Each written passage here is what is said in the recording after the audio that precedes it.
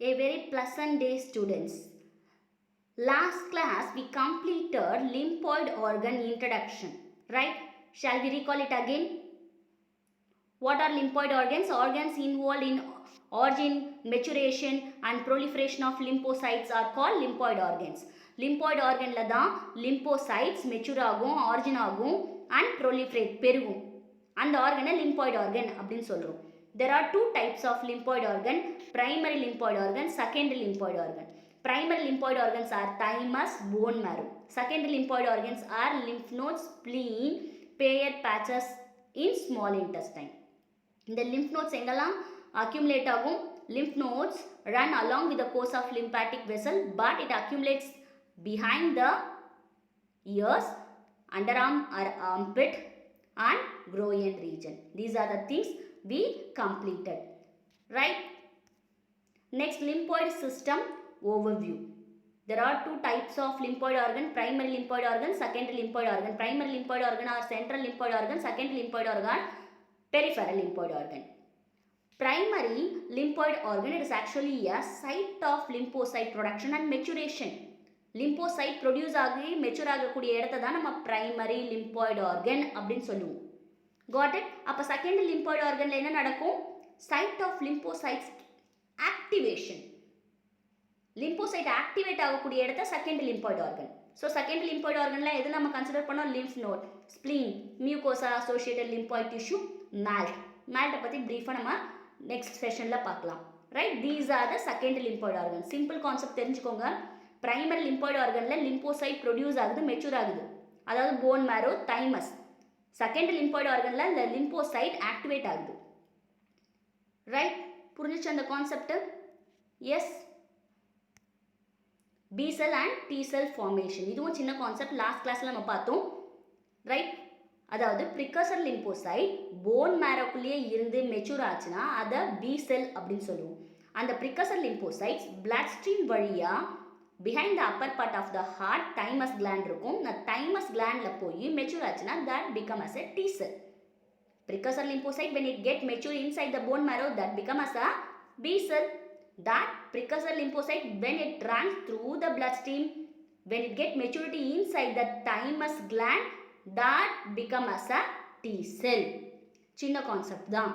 அதாவது precursor lymphocyte bone marrowக்குள்ளேயே இருந்து mature ஆச்சுன்னா அதை B cell சொல்லுவோம். precursor lymphocytesனா என்ன? precursor lymphocytes are first formed lymphocytes, young lymphocytes. Young lymphocytes bone மேரோலே இருந்து மெச்சூர் ஆச்சுன்னா, முதிர்ச்சி அடைஞ்சதுன்னா அது பி செல். அந்த யங் லிம்போசைட்ஸ் பிளட் ஸ்ட்ரீம் வழியாக தைமஸ் கிளாண்டுக்குள்ளே போய் மெச்சூர் ஆச்சுன்னா that become as a T sell.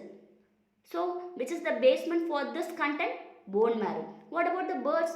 Birds don't have bone marrow, devoid of bone marrow because due to flight adaptation. பறக்கிறதுக்காக அந்த போன் மேரோ இல்லாதனால தான் அதோட பாடி ரொம்ப லைட் வெயிட்டட் பாடியாக இருக்குது. அப்போ பேர்ட்ஸில் எப்படி இந்த மாதிரி நடக்கும் அப்படின்னு பார்த்தீங்கன்னா, பேர்ட்ஸ்லேயும் சின்ன கான்செப்ட் தான் பர்சா ஆஃப் ஃபேப்ரிஷியஸ் அப்படின்ற கூடிய சாக் லைக் அப்பியரன்ஸ். அதுதான் வந்து பிரைமரி லிம்பாய்டு ஆர்கன் சொல்லுவோம். பேர்டை பொறுத்த வரைக்கும் இம்பார்ட்டன்ட் ஒன் வேர்ட் பேர்ட்ஸில் bursa of Fabricius, it's a primary lymphoid organ of birds. Location, see location attached to the dorsal side of the cloaca. It's a sac-like structure. What is the location of bursa fabricius in birds? Attached to the dorsal side of the cloaca, sac-like appearance. Then what is the function of it? Function, B lymphocytes maturation takes place in the bursa. அப்போ பர்சால என்ன நடக்கும்? B lymphocyte maturation. அப்போ B cell form ஆகுதுன்னா அது என்ன இம்யூனிட்டியாக இருக்கும்? humoral mediated immunity. humoral mediated immunityனாலும் ஒன்று தான், ஆன்டிபாடி மீடியேட்டட் இம்யூனிட்டினாலும் ஒன்று தான். ரைட், இதெல்லாம் லாஸ்ட் கிளாஸ்லேயே முடிச்சோம். லிம்பாய்டு ஆர்கனில் based on the function, primary lymphoid organ, secondary lymphoid organ. Primary lymphoid organs are central lymphoid organ, then secondary lymphoid organ are primary lymphoid organ. நம்ம என்ன சொன்னோம்? central சொன்னோம். secondary lymphoid organ peripheral lymphoid organ சொல்கிறோம். primary lymphoid organல தான் lymphocyte maturation ஆகும். அப்போ secondary lymphoid organல it traps the antigen. secondary lymphoid organ யார் ட்ராப் பண்ணும்? ஆன்டிஜன், உள்ளே வரக்கூடிய ஆன்டிஜனை கிருமிகளை ட்ராப் பண்ணும்.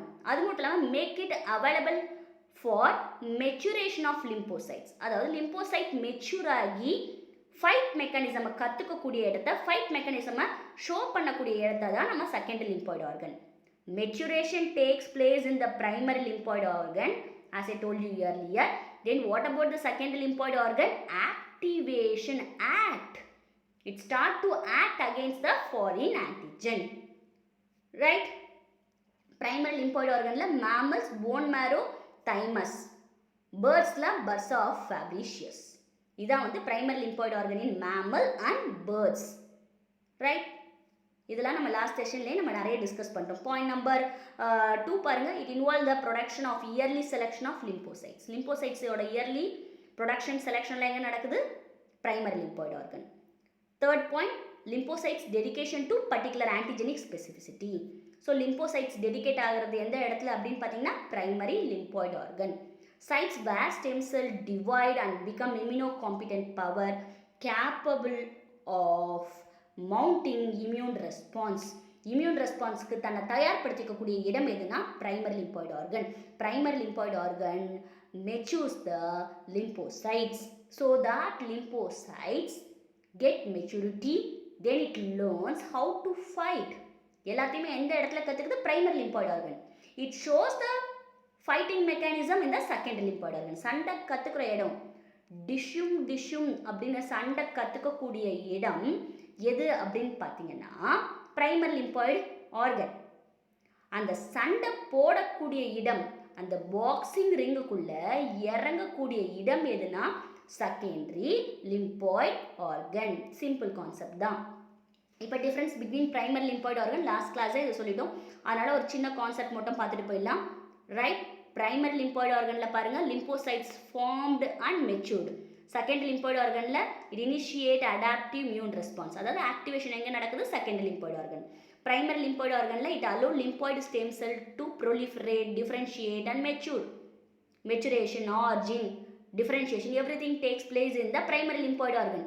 Secondary lymphoid organ, lymphoid cells to become functional. Maturation inga, functional inga. Got it? Then see to the third point, it contains either T cell and B cells. அதாவது இது வந்து phone மேரோவா இருந்தா, if it is a bone marrow, B cell. If it is a thymus, it is a T cell. இந்த concept எப்பவுமே ஞாபகம் வச்சுக்கோங்க. அப்போ primary lymphoid ஆர்கனில் பார்த்தீங்கன்னா தேர்ட் பாயிண்ட்ல it contain either T cell or B cell. Bone மேரோவா இருந்தால் B cell, தைமஸாக இருந்தால் T cell. But in secondary lymphoid organ C, secondary lymphoid organ, if it is a lymph node, if it is a spleen, whatever organ it may be, whatever secondary lymphoid organ it may be, it has both T cell and B cell. Secondary lymphoid organ ஆன lymph node இருக்கட்டும், spleen இருக்கட்டும், Malta இருக்கட்டும், அந்த இடத்துல T cellum இருக்கும், B cellum இருக்கும். Yes. Fourth point, they have no contact with antigen. ஆன்டிஜனோட எந்த காண்டாக்டும் இருக்காது. It's a primary lymphoid organ. They will never expect to the entry of antigen. ஒரு கிருமி வரணும்னு எதிர்பார்க்காது. கிருமி வருதோ இல்லையோ. இப்போ போன் மேரோவாக இருந்தால் என்ன செய்யும்? B cell. தைமஸாக இருந்தால் T cell. It will never expect the entry of antigen. Antigen உள்ளே வருதா இல்லையான்னு அது பார்க்காது. தன்னோட வேலை மெச்சுரேஷன், ப்ரோலிஃபரேஷன் அதை தொடர்ந்து செஞ்சுக்கிட்டே இருக்கும். But what about the secondary lymphoid organ? Secondary lymphoid organ have contact with the antigen. Antigen வந்தால் மட்டும்தான் it become functional. Right? Then what about the fifth point? It undergo atrophy with age. வளர வளர என்ன ஆகும்? Disintegrate ஆகும். மிஸ் அப்போ primary lymphoid organ வளர்ந்ததுக்கப்புறம் இயர்லி டீனில் என்ன இருக்காது? Primary lymphoid organ it start to disintegrate. அது 12 to 15 ஏஜ் வந்து பியூபர்ட்டி. அந்த பியூபர்ட்டி டைமில் என்ன ஆகும்னா primary lymphoid organ start to disintegrate. What about the secondary lymphoid organ? It increase in size with age. Got it? Then primary lymphoid organ example thymus, bone marrow. Secondary lymphoid organ example spleen, lymph node, tonsil, appendix, paired patches. We are going to explain one by one. The example of secondary lymphoid organ: spleen, lymph nodes, tonsil, appendix, pairs, patches. Right? See, primary lymphoid organ la thymus, bone marrow. Now I am going to explain about thymus. Thymus is a primary lymphoid organ. It is actually a flat bilobed organ. Flat bilobed organ. Location behind the sternum. Behind the sternum. What is sternum? நம்ம skeletal system 11th standardல படிக்கும்போதே சொன்னேன். ஸ்டெர்னம்லேருந்து தான் ribs இந்த மாதிரி attach ஆகும். Right? Sternum. So, what is the location of thymus? Behind the sternum, above the heart. Behind the sternum, above the heart. Each lobe of the thymus contains numerous lobules. See, it is a thymus. Thymus is a bilobed organ. It has two lobes. That's what is a bilobed organ. Lobe 1, lobe 2, bilobed organ. See, it is a single thymus enlarged portion. This thymus is covered by thick capsule. When the thick capsule enter inside it, it forms a septa. It forms a septa. Right? Got it? Outer coverage is called it as capsule. Outer coverage is called it as capsule. When the capsule enter inside it, forms septa. So, this septa makes many lobules. Ulla kuti lobules are mato. It's actually a bilobed organ, lobe 1, lobe 2. When the capsule enter inside it, the lobe is converted into many lobules. Right? Each lobule differentiated into two compartments. Outer compartment and then inner compartment. Outer compartment is called it as cortex. Outer compartment is called it as cortex. The inner compartment is called it as medulla. Outer compartment cortex, inner compartment medulla. Cortex has densely packed immature T cells. இந்த கார்டெக்ஸில் immature T cells இருக்குமா, நல்லா tightly packed, கொஞ்சம் tightly packed immature T cells இருக்குமா, அதை thymocytes அப்படின்னு சொல்கிறோம். immature T cell thymocytes அப்படின்னு சொல்லுவோம். Right? What about the inner medulla? Inner medulla sparsely populated with thymocytes. உள்ள medulla sparsely populated with the thymocytes. Next, see, sixth point, main secretion of thymus gland is thymosin. In your textbook, they given thymosin. But neatla hormone like factors 3 இருக்குன்னு சொல்லுவாங்க. Thymus secretes hormone like factor thymosin. இதான் உங்க புக்ல கொடுத்திருக்கு. Thymosin, right? Thymolin, இது உங்க புக்ல கொடுக்கல. Thymolin. Then third one, thymopoietin. So what are the 3 hormones? Thymosin உங்க புக்லயே கொடுத்திருக்கு. Thymolin and thymopoietin. These are the 3 hormone like factors. These 3 hormone like factors stimulates the T cell. It educates the T cell to get matured. It gives the maturity to the T cells. T cells learns how to fight. So immature lymphocytes, mature lymphocytes மாத்திரவங்க யாருன்னா thymus gland. It educates, simple நம்ம சொன்னா these 3 hormone like factor thymolin, thymosin, thymopoietin educates T cell. What it educates? Immunocompetent power. Immunocompetent power is nothing but how to fight. Got it? See to 8, point number 8. Early teens, thymus begins to atrophy and replaced by adipose tissue. At the time of puberty, 12 to 15 gets disintegrate. And then அந்த இடத்துல disintegrate ஆச்சுன்னா என்ன miss ஆகும் அப்படின்னு கேட்டிங்கன்னா adipose tissue. Just like that adipose tissue replace ஆகிடும் the gland. அதுக்கப்புறமா செக்ரிட்டே ஆகாதா, T cellலாம் வந்து ப்ரொடியூஸ் ஆகாதா, everything is powerly packed and then everything launched inside the secondary lymphoid organ at the time of puberty. எல்லா இடத்துலையும் லோட் ஆகிருக்கும். நமக்கு secondary lymphoid organ எல்லாம் லோட் ஆகி வச்சுருவாங்க. Right? Trillions of a healthy human has trillions of lymphocytes, trillions of immune cells. Got it? Thymus most active. அப்போ thymus gland எப்போ ஆக்டிவாக இருக்கும்? puberty டைமில் டிஸ்இன்டிகிரேட் ஆச்சுன்னு சொல்லிட்டீங்க. அப்போ எப்போ ரொம்ப ஆக்டிவாக இருப்பாங்க அப்படின்னு பார்த்தீங்கன்னா நியோநாட்டல் அண்ட் ப்ரீ அடலசன்ட் பீரியடில் மட்டும்தான் இவங்க ஆக்டிவாக இருப்பாங்க இந்த thymus gland. Right? It's actually a diagram of location of thymus gland behind the upper part of the heart. The bilobed organ is there. This is thymus. Bilobed gland is a thymus, right? Next, it's actually a real thymus gland. See, next we are going to see about primary lymphoid organ, bone marrow.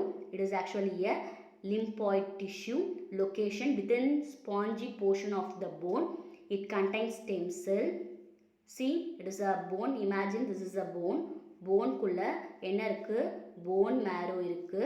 இந்த bone marrowல என்ன இருக்கும் அப்படின்னு பார்த்தீங்கன்னா stem cells. The stem cells are known as hematopoietic cells. Pronounce திருப்பி பண்ணுங்க. Hematopoietic cells. This hematopoietic cells play a vital role. Miss, அப்போ hematopoietic stem cellsனா என்ன அப்படின்னு கேட்டிங்கன்னா, they have potential to multiply through cell division. Cell division மூலமாக என்ன மாதிரியான செல்லாக கூட மாற முடியும். ஸோ அப்போ hematopoietic stem cellsனால் என்ன ஆகும் அப்படின்னு பார்த்தா differentiate into mature into different kinds of blood cells. அதாவது ஆர்பிசியா டபிள்யூபிசியா நம்ம உடம்புல இருக்கக்கூடிய இம்யூன் செல்ஸாக மாறக்கூடிய கெப்பாசிட்டி இந்த hematopoietic stem cellsக்கு இருக்குது. பிரைமரி லிம்போய்டு ஆர்கனில் பார்த்துட்டு இருக்கிறது bone marrow. It is actually lymphoid tissue location within spongy portion of the bone. போனோட இந்த ஸ்பாஞ்சி போர்ஷனில் தான் என்ன இருப்பாங்கன்னா இந்த போன் மேரோ இருப்பாங்க. Phone மேரோ contains stem cells. The stem cells are known as hematopoietic stem cells. What is the role of hematopoietic stem cells? They have the potentiality to undergo cell division. They differentiate mature and different kind of blood cells. RBCயா WBCயா எது வேணால் மாறணும். Got it? See, இது epiphysis சொல்லுவோம். It's actually a edge of the bone. Then the compact body of the bone is called it as diaphysis. The internal cavity is called it as medullary cavity. The internal cavity is called it as medullary cavity. Epiphysis as red marrow. Then that diaphysis area as yellow marrow. There are two types of marrow, red marrow and yellow marrow. See, this is a real bone structure. See, it's actually a spongy bone. This is a spongy bone area. இதுக்குள்ள இருக்கிறது medullary cavity, bone cavity சொல்லுவோம். இதுதான் diaphysis, compact bone சொல்லுவோம். இந்த இடத்துல yellow marrow இருக்கு. இந்த compact diaphysisல வந்து என்ன இருக்கு? yellow marrow. அந்த spongy end epiphysis-ல red marrow இருக்கு. Got it? புரிஞ்சுதா? Yes. Thank you, children.